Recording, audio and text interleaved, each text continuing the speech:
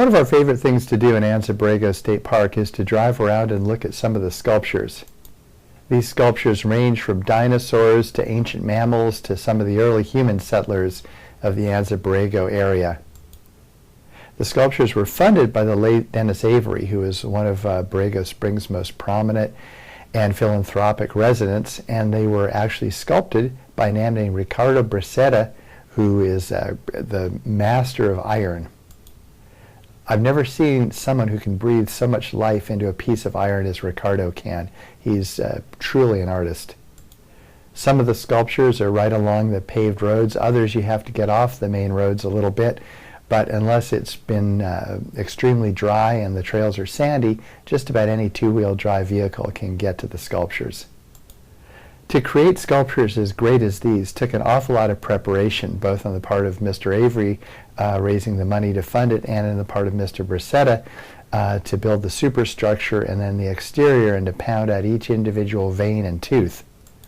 Just as it took a considerable amount of time, money, and effort to create these sculptures, so the inventor has to put a considerable amount of at least time and effort into a quality business plan. If you're an inventor thinking about approaching investors or trying to get, say, a government grant, in either case you're going to have to sell the person or the entity on investing not only in your invention but also in you. To convince someone that investing in you and your invention is a good investment, you really need to be prepared, and that's where a quality business plan comes in. Now, I'm a patent attorney, not a professional business plan preparer, so I didn't get a PhD in this or anything like that, but I'm just going to go over a few of the basics that I've seen in business plans that I think are very important if you want to have a reasonable shot at attracting investment money. So again, this isn't a fail-safe guarantee that you're going to be able to land investment money, but again, it's my suggestion for a business plan that I've cobbled together from a number of years of experience in this area, along with some of the good business plans that I've reviewed. So generally, you start with a cover sheet and a statement of purpose. When you're attracting investment money, it's important that you're very clear about what you're trying to accomplish with your business plan and what you're going to do with their money. The next sections are usually something along the lines of a table of contents that gives the prospective investor an idea of where this business plan is going, along with a description of your business. Now, you really have to give them an idea of what you're doing, where you're at, and where you're going. And you have to give this to them fairly quickly, because if you don't, they may lose interest. And once they lose interest, they're probably going to fold the business plan and move on to somebody else who is also asking them to loan them money. You want to be sure to go over marketing plans. Anyone who's going to lend you money is going to want to make sure you have a reasonable shot at giving them a very nice return on their investment. Most investors are looking for 5 to 8 times their money back within 5 to 10 years, and so they want to make sure you know what you're doing. So the better you can convince them that you have adequately researched how you're going to market your invention or how they can help market your invention, the better chance you have of landing investment money. They will also want to know the intellectual property status. What patents you filed for, did you have a good prior art search done, who filed the patents for you, and they're probably going to want to see a copy of the patents. They're probably going to do their own prior art search as well to assess whether they think you have a shot at getting a patent on your invention too. They're probably not going to just take your word for it. So again, here, going back to some of our videos on how do-it-yourselfers get in trouble, again, you're welcome to file your own patent application. Odds are, if you go through an online site like, I don't know, elcheapoprovisionalpatents.com, you're probably not going to get taken very seriously by a prospective investor. What is the prototype? Can you show them that it works? Investors aren't really going to want to sink their life savings into an invention where they're not sure it works. So again, who made your prototype, the quality of the engineering that went into it. Is this something you made in your garage, or did you hire a respected engineering firm to actually come up with the designs for this and build the prototype? This is all important. Investors are also going to want to see a manufacturing report. Where do you think this will be made? How much is it going to cost to make it? And then you combine this with the sales information. How much can you sell it for? Make sure the investor has a good idea of what the profit margin on this is going to be. What countries are you going to have it made? How are you going to have it made? Is this something that needs to be made through an assembly line, or is this the kind of thing that can just be made with a mold that pops it out from time to time?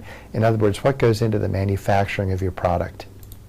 Prospective investors are also going to want to know about the competition. Who else makes things that are close to your invention? How much are they selling them for? I was at a recent investor seminar, and a couple investors were up there talking about what they look for. And one investor said basically the two things that he looks for before he lends money to inventors are, first of all, can you protect it, and why should I buy your product over the competition? So to at least convince this investor why this investor would want to buy your product over the competition, you have to know the competition and be able to describe it in enough detail so the investor can draw the conclusion that yes, indeed, your product would outsell the competition. Investors are also going to want to know something about your business. Who's going to work for you? How are you going to operate your business? Do you have business insurance? All these kinds of things they're going to want to know about ahead of time. And you can't really bluff your way through this because investors, most of them look at hundreds, if not thousands, of prospective inventors every year that want to borrow their money.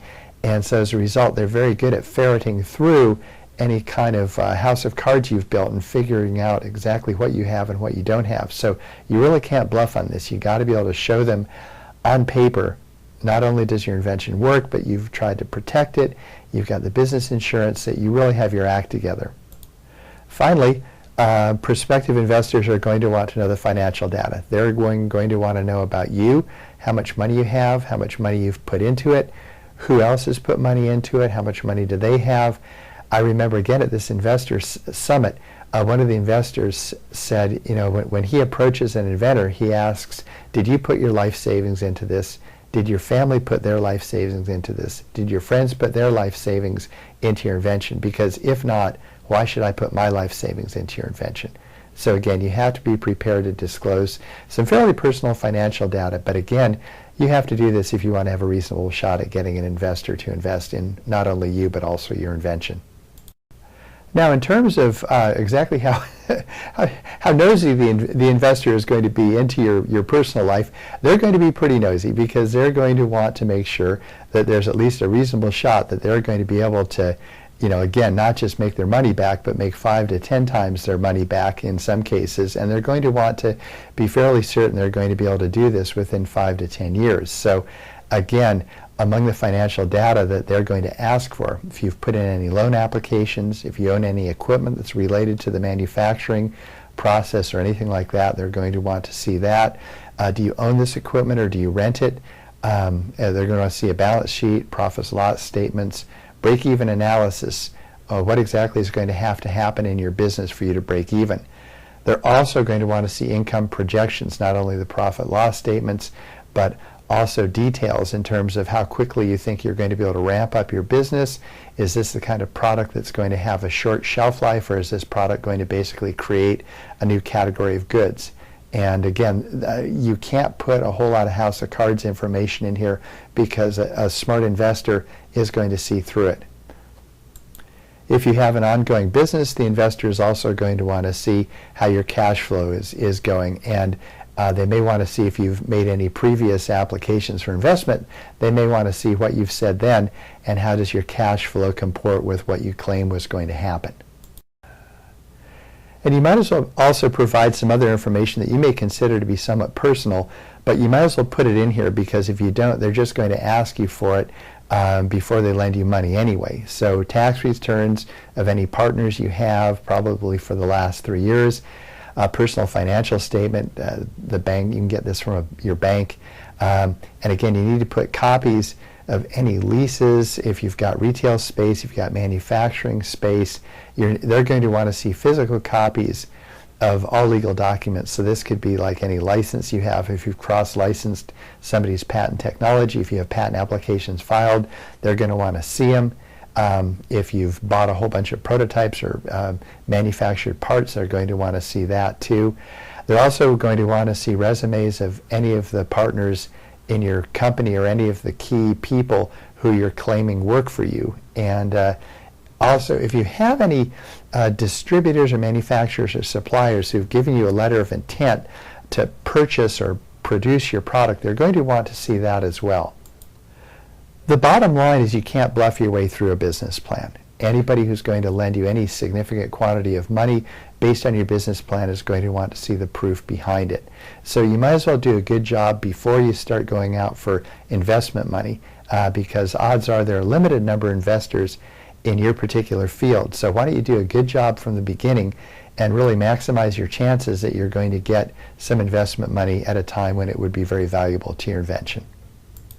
Now, I realize that this particular video has been extremely boring for most people, and I know that with inventors, most inventors just want to invent. However, if you aren't making money off your invention, well, I don't know what good that patent is for you and that prototype. It might make for a nice paperweight at your desk, but it's not making you any money.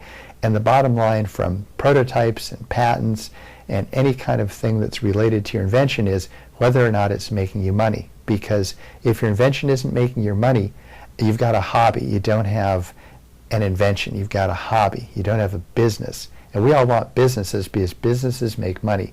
Hobbies are just for fun. So think about that. Think about putting some serious time into your business plan.